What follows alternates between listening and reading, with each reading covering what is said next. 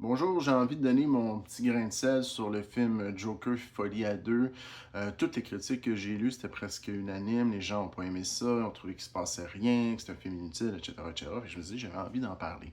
Mais avant toute chose, il faut comprendre que le personnage du Joker, évidemment, il se situe dans l'univers des super-héros. Donc, qu'est-ce qui définit un peu les films de super-héros?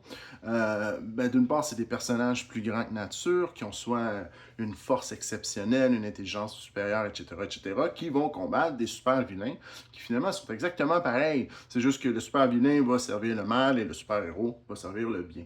D'ailleurs, c'est très tranché, blanc ou noir, le bien ou le mal.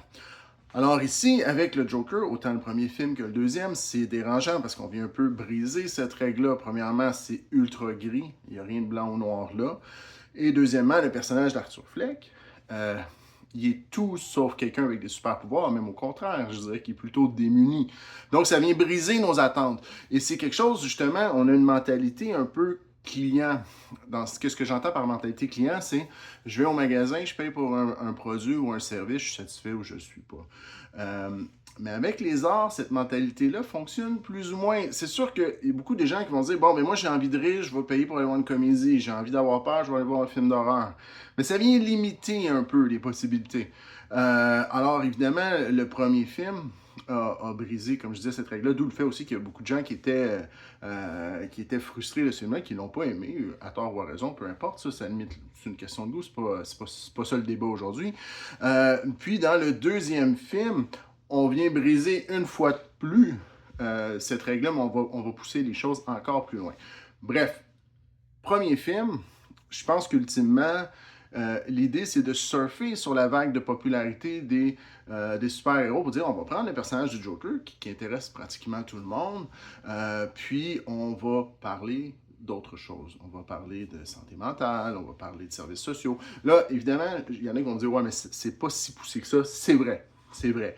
On effleure le sujet, mais on en parle, somme toute. D'ailleurs, dans le premier film, je considère que les scènes les plus importantes, c'est les scènes d'Arthur Fleck avec sa travailleuse sociale. Je pense que le noyau de ce qui est dit dans ce film-là se trouve à travers ces scènes-là. Donc, ce qui m'amène à parler finalement du deuxième film. Donc là, je vous le dis tout de suite, oui, il y aura des spoilers ou des vulgateurs en français. Donc, pour ceux qui n'ont pas vu le film et qui souhaitent le voir, je vous dirais d'arrêter la vidéo maintenant. Donc, dans le deuxième film, c'est vraiment un long épilogue au premier film. OK? Ça, je l'avais lu quelque part et j'étais d'accord avec la critique. C'est vrai que c'est un long épilogue, finalement. Là. En termes d'action, tout ce qui se trouve dans le premier film, le deuxième, techniquement, on n'en a pas besoin. C'est un peu. Le Joker, c'est une tragédie. C'est quoi la différence entre un drame et une tragédie?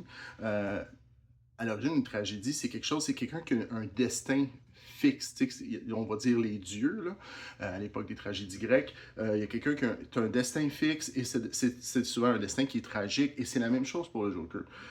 Le Joker, c'est quelqu'un, le personnage d'Arthur Fleck, parce que évidemment, c'est l'histoire d'Arthur Fleck, je répète, c'est pas l'histoire du Joker. Ce personnage-là, il a des problèmes en santé mentale, il est démuni, il vit dans la pauvreté, il a vraiment une vie de merde, qu'on se le dise. Et son destin, c'est de terminer ici parce qu'il n'y en a pas d'aide. Il n'y en a pas de Cape Crusader qui vient aider ces gens-là qui ont des problèmes de santé mentale, qui sont pris tout seuls chez eux dans la pauvreté. Il n'y en a pas, tu sais. Les Cape Crusaders, ils viennent dans des histoires épiques, là, que ce soit un vol ou on veut s'en prendre au gouvernement. Là, il y a un Cape Crusader. Mais pour le gars ou la fille, là, dans ce cas-ci, c'est un gars, mais qui est tout seul chez eux, il n'y en a pas. Donc, en gros, ce qu'on nous dit dans le deuxième film, c'est pour faire en 2 heures environ, c'est le seul moyen de te sortir de cette vie-là, de cette vie qui est pénible, c'est par le biais du rêve, du fantasme, les arts. Dans ce cas-ci, dans le cas du film, c'est surtout la musique. Mais bref, c'est par le biais de l'imaginaire. Et tôt ou tard, la réalité va te rattraper. Et c'est exactement ce qui se passe. Le destin d'Arthur Fleck avait rien d'extraordinaire. C'était sûr que ce gars-là allait avoir une vie de merde et finalement mourir dans ces conditions-là. Et le personnage de Harley Quinn, je vais parler Lady Gaga, il y a beaucoup de gens qui disaient, dans les critiques que j'ai lues encore une fois, Lady Gaga, ils n'ont pas exploité assez son personnage. Oui, c'est vrai, puis elle joue super bien, j'ai rien à dire, sa performance, moi je l'ai trouvé très très bien, j'ai aimé ça. Mais son personnage vient en quelque part être le symbole du fantasme d'Arthur Fleck d'avoir une vie meilleure. Elle sert, oui, elle sert de faire valoir, mais c'est ça l'histoire. Je veux dire, Arthur Fleck, dans son imaginaire, il s'imagine vivre quelque chose de le fun pour une fois dans sa vie avec cette fille-là, dans le fond. Et elle vient uniquement servir à ça. Oui, on peut critiquer qu'on l'a pas suffisamment utilisé, mais ça venait servir le propos du film. Et d'ailleurs, quand je dis la réalité nous rattrape, à la toute fin, euh, euh, lors du procès, il dit, à un moment donné, il dit, non, je ne suis pas le Joker, je suis Arthur Fleck, j'ai commis ces actes-là. Dans le fond, ce qu'on comprend, c'est que j'ai été poussé à bout, ce qui m'a fait commettre des actes horribles. Est-ce qu'à la base, ce gars-là est une mauvaise personne? Non, il a été mis dans les pires conditions. Est-ce que ça pardonne ses actions? Non, parce que c'est inacceptable ce qu'il a fait. D'où le fait que c'est très gris, ce qui va vraiment à l'encontre des lois de ce que je disais tantôt par rapport aux super-héros. On est tout sauf dans l'univers des super-héros finalement. Et même qu'on va aller encore plus loin, si vous vous rappelez, ceux qui ont vu le film, là, ceux qui continuent la vidéo, j'ose espérer que vous avez vu le film, quand il reçoit sa condamnation, on ne dit pas Gotham, on parle de l'État de New York. Évidemment, l'État de New York, c'est quelque chose de réel dans la vie, dans nos vies, pour vrai. Donc, on va même, dans le film, sortir de l'imaginaire du film en nous disant « Voici la réalité, t'es coupable. » Et dans ce cas-ci, il n'y aura rien pour s'en sortir. Et même le personnage, là, excusez, là, je passe un peu du coq à l'âne, le personnage d'Harley Quinn, quand il va la voir, puis il lui dit, elle est vraiment déçue, tu sais, quand il a dit non, non, je suis pas le Joker, je suis Arthur Fleck, elle est déçue parce qu'elle dit, mais c'était évident qu'on n'allait jamais sortir de là, là. Elle était vraiment le symbole de ce fameux fantasme-là d'avoir une vie là, exceptionnelle, une vie digne d'un super-héros, finalement. Donc, je pense que l'intention, ultimement, c'est ce que j'ai dit, c'est de dire, c'est une critique, comme je disais tantôt, des services sociaux et des laissés pour compte, que finalement, il n'y a rien pour eux, puis il n'y a pas un futur intéressant pour eux. Et le film, qu'on l'ait trouvé agréable ou non, moi, honnêtement, je peux pas dire que c'est un film que je meurs d'envie de revoir, c'était pas particulièrement agréable, mais j'ai trouvé, par contre, que le propos était vraiment intéressant et honnêtement bien rendu. Donc, en ce sens-là, qu'on apprécie ou pas, ben là, c'est une question de goût.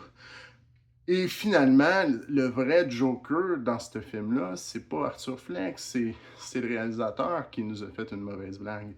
Dans le sens, ben, Todd Phillips qui a dit, regardez, vous attendiez à quelque chose, mais moi, je vous ai parlé d'un sujet beaucoup plus lourd et beaucoup plus sérieux. On n'en a pas eu, entre guillemets, pour notre argent, dans la mesure qu'on n'a pas eu ce qu'on aurait voulu. Probablement comme le personnage du Joker ferait, en réalité. Le personnage du Joker, il fait des mauvaises blagues, tu sais. Dans le fond, il est là pour...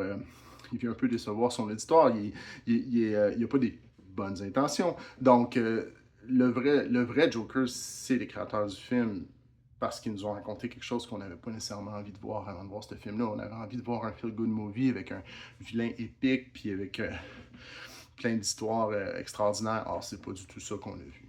Donc voilà, c'était mon grain de sel sur le film. Je ne mettrai pas de notes, je ne suis pas fou des notes. Quand je peux éviter d'en mettre une, j'en mets pas. Je pense qu'ultimement, c'est plutôt les commentaires qui sont intéressants. Puis autant je comprends les gens qui n'ont pas aimé. Moi, je l'ai apprécié pour ce que c'était, même si c'était pas agréable. Voilà.